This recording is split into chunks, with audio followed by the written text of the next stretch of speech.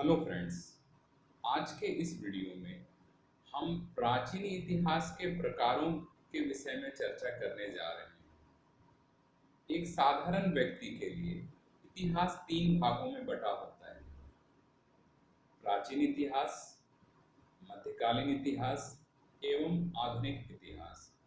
किंतु एक विद्यार्थी के लिए, या यूं कहिए एक प्रतियोगिता परीक्षा में भाग लेने वाले विद्यार्थी के लिए, प्राचीन इतिहास, मध्यकालीन इतिहास एवं आधुनिक इतिहास की तमाम उन बारीकियों को जानना आवश्यक होता है जिनको जाने बिना किसी भी परीक्षा में सफल होना संभव नहीं है। तो आइए हम जानने की कोशिश करते हैं कि प्राचीन इतिहास कितने भागों में बटा हुआ होता है। सबसे पहले तो हम इस बात को जानें कि प्राचीन इतिहास कब से कब तक को कहा जाता है। तो प्राचीन इतिहास प्राक इतिहास से लेकर हर्षवर्धन की मृत्यु तक के इतिहास को हम प्राचीन इतिहास कहते हैं। अब जैसा कि हम सभी जानते हैं कि 647 ईस्वी में हर्षवर्धन की मृत्यु हुई और प्राचीन काल समाप्त हुआ, मध्यकालीन इतिहास प्रारंभ हुआ।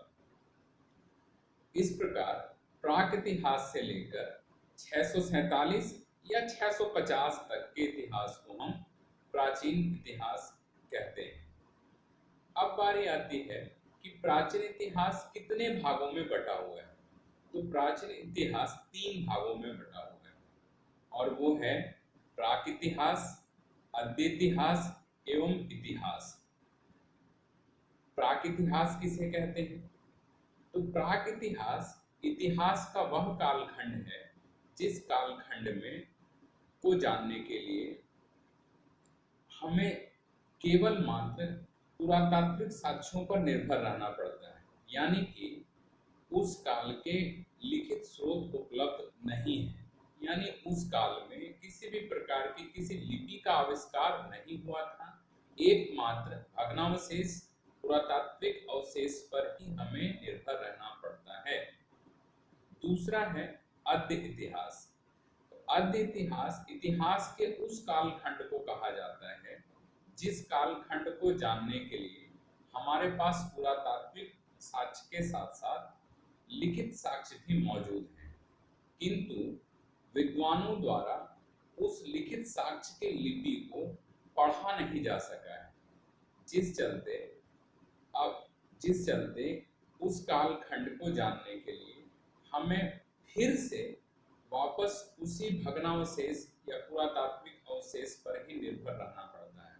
इसके उदाहरण हैं सिंधु घाटी सभ्यता, क्योंकि हम जानते हैं कि सिंधु घाटी सभ्यता के लोग लिखना पढ़ना जानते थे, लेकिन उस लिपि को आज तक विद्वानों द्वारा पढ़ा नहीं जा सका है। तीसरा आता है इतिहास।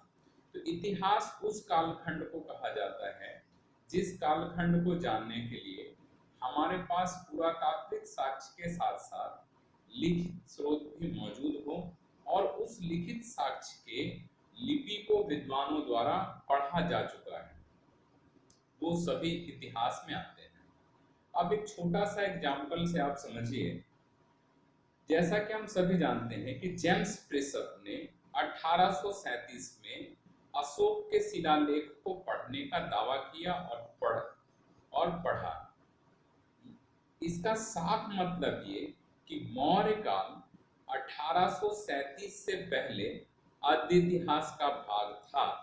क्यों? क्योंकि उस काल को किसी विद्वानों द्वारा नहीं पढ़ा जा सका।